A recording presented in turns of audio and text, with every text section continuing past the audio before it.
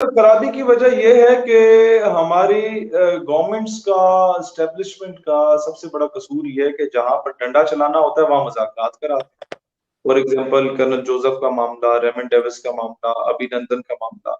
और मतलब डंडा चलाना होता है वहां मजाकरात करती है, और जहां मजाकरात करने होते हैं वहां डंडा चला लेते हैं। फॉर एग्जाम्पल अकबर कुट्टी का मामला, मंजूर पश्तीन का मामला, सिंधु देश का मामला, अल्ताफ हुसैन का मामला, ये आपके अपने बच्चे हैं। अल्ताफ हुसैन जब आया था तो उससे बड़ा महबूब वतन कोई नहीं था, तो महाजिरों ने जितनी कुर्बानियां दी थी। अब एक बाप बच्चे को 20 साल पाल पोस के बड़ा करता है और बाद में उसे लात मार के फेंक देता है, और पड़ोसी बाप का दुश्मन होता है, और बच्चा पड़ोसी के घर पनाह ले लेता है, तो बच्चे ने तो पड़ोसी की जुबान बोलनी है। अब तो चलो वो चरसी भंगी बन गया, शराबी बन गया, जो बन गया, लेकिन उसका पास देखो, जब वो शुरू हुआ था तो उससे बड़ा महबूब वतन कोई नहीं था। जीए सिंध कौमी महाज को चलाने वाले जो आज सिंधु देश को, सिंध को अलग करने की बात करते हैं, उनका जो लीडर था जीएम सैयद, मुस्लिम लीग के बानियों में से था। क्या वजह वो एंटी स्टेट हो गया? उसके बाद आप चले जाए, मंजूर बशीर एपीएस से पढ़ा रही है पब्लिक स्कूल से, क्या वजह है कि वो जनाब इतना एक्सट्रीम पे चला गया? कुछ कसूर इंडिया का है, अमेरिका का है, एनडीएस का है, रॉ का है, मोसाद का है, लेकिन जनाब कुछ थोड़ा बहुत कसूर तो आटा भी है साढ़े बड़े भरावा दा। ये जो ये मैं बता रहा हूँ, बड़ी मुश्किल होती है बात करना। कसूर क्या है कि जनाब ये आपके बच्चे, यानी सीने से लगा के भी समझाया जा सकता था, लाजमी नहीं था कि डंडा मार के समझाया जाता। मैं अरेस्ट हुआ 3 हफ्ते पहले। मैं एक, चलो ठीक है, वालिद साहब मेरे मिलिट्री बैकग्राउंड के थे, चचा मेरे बार एसोसिएशन के वकला के 8 साल लगातार जीतते रहे, मुख्तलिफ टेनोर्स में इलेक्शन जीतते रहे। एक और चचा, उनके 3-4 स्कूल कॉलेजेस हैं। फिर हमारा अपनी तंजीम का स्ट्रक्चर माशाल्लाह पूरे पाकिस्तान में 14-15 शहरों में छोटे मोटे एहतजाज हो गए। ट्विटर पे 1.5-2 लाख लोगों ने ट्वीट कर दी। तो इस तरह मतलब वो मामला हाइप क्रिएट किए रखा, 2-4 एंकर पर्सन ने, 1-2 सियासतदानों ने भी मजम्मत कर दी। उसके बावजूद मेरी बेल उसी दिन हो जानी थी। वो बेल नहीं हुई क्योंकि मैं अभी रैंक का नाम नहीं लूंगा, लेकिन पुलिस के मुख्तलिफ लोग आई नहीं, कोई रिकॉर्ड नहीं लेके आ रहा, कोई पेश नहीं हो रहा, और बेल अगले दिन भी डिले होगी, दूसरे दिन भी डिले होगी। 3 दिन मुझे वहां थाने और वो उसमें जेल में रहने के बाद मेरी बेल मंजूर हुई। अब इतना सब कुछ बैकग्राउंड होने के बावजूद भी हो रहा है। जब आप देखें एक आम आदमी, जो मेरा सोच, मेरा नजरिया, पाकिस्तान से प्यार करने करने वाला आदमी, उसके सीने पर पाकिस्तानी परचम लगाओ, उसको जब ये उठा के लेके जाए, लेकिन इतना स्ट्रॉन्ग बैकग्राउंड उसका ना हो, उसको तो 6-7 महीने ये जेल से निकलने ना दे, उसको तो ये लितर पोला शुरू कर दे।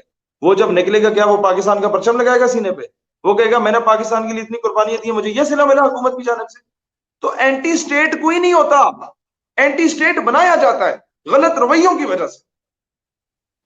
आप, एक बंदा आपसे कहे जी मैंने 1000 रुपए दो, आप 1000 रुपए यूं मुंह पे उसके मारे, और मुझसे मांगे 1000 रुपए, मैं बोलूं यार 1000 रुपए ये 100 रुपया, और मैं बड़े अदब से दूं, तो मेरा 100 रुपया बड़ा मैंने रखता है, आपका 1000 रुपया मैंने नहीं रखता। हाफिज साहब नजरिए मार देते हैं। लिहाजा ये जितने सिलसिले पाकिस्तान में खराब हुए हैं, उसका सबसे बड़ी वजह हमारी गवर्नमेंट्स के, या गवर्नमेंट को चलाने वालों के रवैयों में मसला था। केपीके का बंदा अगर कहता है यार मेरी चेक पोस्ट पे जो खातून है वो बुरके में है, उसका बुरका उतार के तुमने लाजमी शक्ल देखनी है कि वो खातून है या मर्द है, तो उधर तुम एफसी के जवान खड़े करो जो पठान है, और साथ 2-4 खवातीन को भर्ती कर दो। क्या मौत पड़ती है तुम्हें? खड़ा कर दो ना खवातीन को कि वो उन्हें चेक करें। केपीके में आपने जो लोग भेजे हुए हैं, लाजमी है कि पंजाब से भेजना, आप केपीके के लोकल लोगों को भर्ती करें। आपके पास पहले के भर्ती हैं, उनको केपीके में भेजें, फाटा में भेजें। उन्हें पता है कि यार पठान को ही पता है कि पठान को किस तरीके से हैंडल करना है। वो आपसे पैसे नहीं मांगता, वो आपसे चाहता है कि यार मुझे रिस्पेक्ट दो, मुझे ओए बोल के मुखातिब ना करो, मुझे जनाब बोल के मुखातिब करो। क्या मौत पड़ती है जनाब कहने में? आपकी शान में कमी आ जाती है।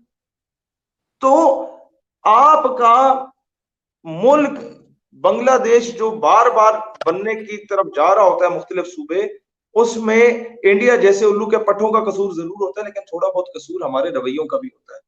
तो we need to correct this sort of रवैयास, और उसके लिए हमारा होमवर्क कंप्लीट है। क्योंकि बलूचिस्तान में जब 8-10 साल के बाद दोबारा वो अमन आया और कौमी परचम लहराया गया 2015 में, तो उसको लीड करने वाला भी मैं था उस वक्त मेरी उम्र 21 साल थी। बलोच और पश्तून, हजारा, ये बरावी, ये सारे एक प्लेटफॉर्म पे इकट्ठे थे पाकिस्तान के परचम के साय तले अल्हम्दुलिल्लाह कोयटा में। तो मुझे फख्र है डेरा बुगटी में भी, जहां लैंड माइंस लगाई जाती थी, पंजाबियों से नफरत दिल में डाल दी गई थी, कुछ मतलब गवर्नमेंट का कसूर था, कुछ उन लोगों को गलत गाइड किया गया था।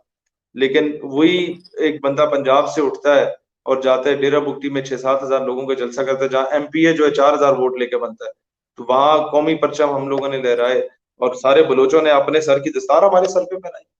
क्या वजह है? मैंने उन्हें कोई पैसे दिए, या मैंने ट्यूबवेल लगा के दिया, या मैंने नौकरियां दी, सड़कें बनाई? कुछ भी नहीं किया। सिर्फ ये कि मैंने अदब से बात की। बलोच और पठान आपसे इज्जत मांगता है भाईजान, आप इज्जत से बात करो ना, क्या मौत पड़ी? हमारे रवैये दुरुस्त हो। हम लोग कहें कि यार ये जो महाजिर है, जो अपने माँ प्यो बीवी बच्चे तन मन धन जान माल इज्जत आबरू सब कुछ कुर्बान करके he migrated all the way from India to Pakistan, he is not a mohajir, he is more Pakistani than me. ये मेरे को बड़ा पाकिस्तानी है, महाजिर ना बोलो यार। तो महाजिर क्यों आपके खिलाफ निकलेगा? हमने रवैये दुरुस्त नहीं किए। हम लोग सिंधी इन्हें कुछ पता ही नहीं है, बैकवर्ड है। क्यों भाई? ये मोहम्मद बिन कासिम का वारिस है, या अब्दुल्ला शाह गाजी का वारिस है, या औलिया की धरती से ताल्लुक रखता है, बाबुल इस्लाम है सिंध। भाई इसको प्रॉपर कोटा दो, इसको मेन स्ट्रीम में लाओ। इसको खुद बैकवर्ड रखा हुआ। वहां के नवाबों को हर पार्टी ने ओन किया, अपने पास लाए, उन्हें इस्तेमाल किया, और आज भी थरपारकर में पीने का साफ पानी नहीं। आज भी बलूचिस्तान में कच्ची से मुझे कॉल आई, जिला कच्ची से, वहां से लोग कहते हैं हमारे 4-5 दिन से पानी कोई नहीं है। नवाब साहब आते हैं, हमने उनसे, एक सोशल वर्कर ने पूछ लिया कि नवाब साहब पानी नहीं है, तो उसने झड़क के बिठा दिया। मैंने कहा तुम लोग वेट करो, नवाबों का भी हम कुछ देखते हैं कि ये अगर ये अपनी आवाम के साथ सिंसियर नहीं है, तो हमें फिर आम इनके मजारों में से किसी को उठाना होगा इनके खिलाफ। नवाब की मौत वो होती है कि जब वो देखते हैं कि मेरे गिट्टों में बैठे वाला, मेरे घोड़े कुत्ते नहलाने वाला, मेरे हुक्के भरने वाला मेरा मजारा जब मेरे बराबर में इलेक्शन लड़ेगा, नवाब उसी दिन मर जाए और उसकी नवाबी खत्म हो जाए। हम लोग करेंगे इंशाल्लाह, आप देखेंगे। ये होता है असल इनकलाब जो लाएंगे। हमारा बंदा जिससे हम टिकट देंगे, वो इलेक्शन जीते ना जीते जनाब, वो रवायत चेंज करेगा, वो गुलामी की रवायात को तोड़ देगा। बाबा जी कहते थे ना कि गुलामी जो है वो कुत्ते से भी बदतर होती है। वो गुलामी खत्म होगी, वो जवानों को पीरों को उस्ताद बनाया जाए, खिरत को गुलामी से आजाद किया जाएगा इंशाल्लाह। माशा